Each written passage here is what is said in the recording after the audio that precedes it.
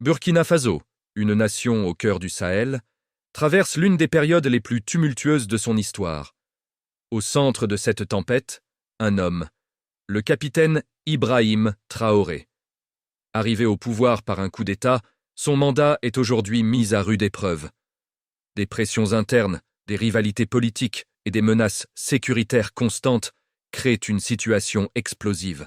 Aujourd'hui, nous allons plonger au cœur de ces tensions pour comprendre les coups de pression qui ont bousculé son pouvoir.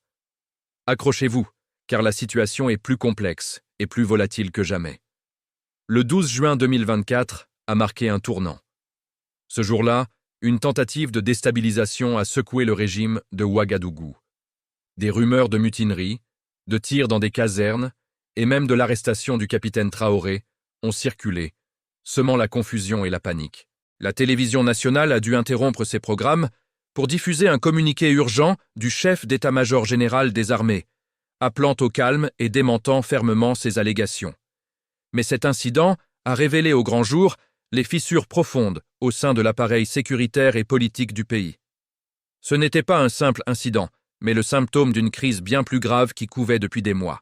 Pour bien comprendre cette journée de haute tension, il faut remonter le fil des événements. Depuis son arrivée au pouvoir, Ibrahim Traoré a fait de la lutte contre le terrorisme sa priorité absolue. Il a rompu les accords militaires avec la France, s'est tourné vers de nouveaux partenaires, comme la Russie, et a lancé des offensives d'envergure. Mais sur le terrain, la situation sécuritaire reste extrêmement précaire. Les attaques terroristes continuent de faire des ravages, causant des centaines de morts parmi les civils et les militaires. Chaque nouvelle attaque, chaque nouveau massacre fragilise un peu plus la légitimité d'un régime qui a promis de ramener la paix et la sécurité. La population, d'abord pleine d'espoir, commence à douter, et au sein de l'armée, la frustration monte. Cette frustration militaire est le véritable talon d'Achille du pouvoir. L'armée burkinabé est épuisée par des années de guerre. Les soldats au front se sentent parfois abandonnés, manquant de moyens et de soutien. Des voix s'élèvent pour critiquer la stratégie du capitaine Traoré, la jugeant trop agressive ou mal coordonnée. Des officiers supérieurs, écartés ou mis sur la touche lors de la prise de pouvoir, nourrissent des rancœurs et attendent leur heure. C'est dans ce climat de méfiance et de rivalité que les complots peuvent naître. La tentative de déstabilisation du 12 juin n'est que la partie visible de l'iceberg.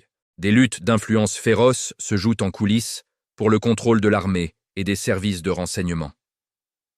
Au-delà des tensions militaires, le pouvoir de Traoré fait face à une opposition politique et civile de plus en plus organisée, bien que muselée.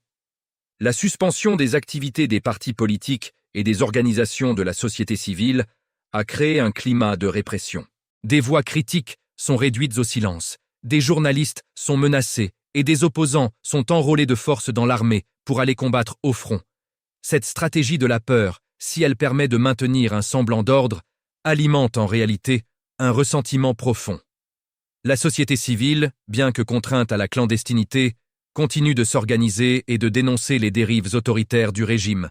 Ils attendent le moindre signe de faiblesse du pouvoir pour mobiliser la rue et exiger un retour à l'ordre constitutionnel. La pression ne vient pas seulement de l'intérieur.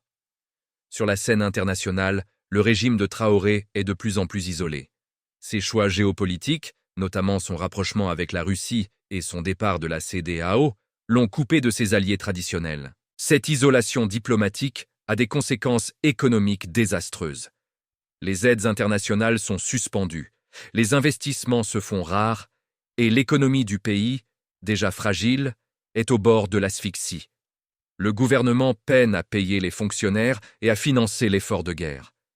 Cette crise économique et sociale vient s'ajouter à la crise sécuritaire et politique, créant un cocktail explosif qui menace de faire imploser le pays à tout moment.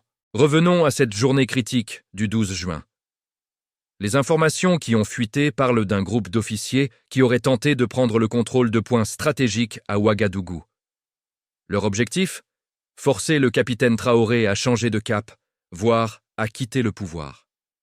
L'opération aurait été déjouée de justesse grâce à la loyauté de certaines unités, notamment les services de renseignement de l'État qui ont eu vent du complot. Des arrestations ont eu lieu dans la discrétion, mais le pouvoir a choisi de minimiser l'incident publiquement pour ne pas montrer ses failles. Cependant, Le message est passé. Le leadership d'Ibrahim Traoré est contesté au sein même de l'institution qui l'a porté au pouvoir. C'est une menace directe, bien plus dangereuse que n'importe quelle opposition civile. Face à cette pression maximale, comment réagit le capitaine Traoré? Il semble avoir choisi la fuite en avant. Le discours se durcit, la répression s'accentue et la communication du régime se fait de plus en plus martiale. Le pouvoir cherche à resserrer les rangs autour de la figure du chef, en jouant sur la fibre patriotique et la menace extérieure. Le message est clair. Toute critique, toute dissension est une trahison envers la nation en guerre. Mais cette stratégie est à double tranchant. En se coupant de toute voie modérée et en s'enfermant dans une logique de confrontation, le régime prend le risque de radicaliser ses opposants et de provoquer une explosion encore plus violente. L'avenir du Burkina Faso est donc suspendu à un fil. Ibrahim Traoré parviendra-t-il à surmonter ses pressions et à consolider son pouvoir? Ou bien ces tensions internes finiront-elles par le renverser, plongeant le pays dans une nouvelle phase d'instabilité? La situation est incroyablement volatile. Les prochaines semaines seront décisives. Il devra faire des choix cruciaux entre l'ouverture et la répression, entre le dialogue et la confrontation. Chaque décision pourrait être la dernière. La résilience de son pouvoir est mise à l'épreuve comme jamais auparavant. Le Burkina Faso est à un carrefour de son histoire, et le chemin qu'il prendra dépendra en grande partie de la capacité de son jeune leader à naviguer dans ces eaux troubles. Ce qui est certain, c'est que la crise burkinabé est bien plus qu'une simple lutte de pouvoir. C'est le drame d'un peuple pris en otage entre la violence terroriste et l'instabilité politique. Les citoyens aspirent à la paix, à la sécurité et à un avenir meilleur, mais ils sont les premières victimes de cette situation explosive. L'enjeu dépasse la personne d'Ibrahim Traoré.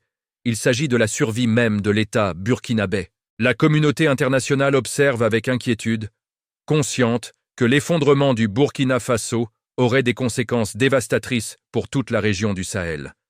Voilà pour cette analyse des pressions qui secouent le pouvoir au Burkina Faso.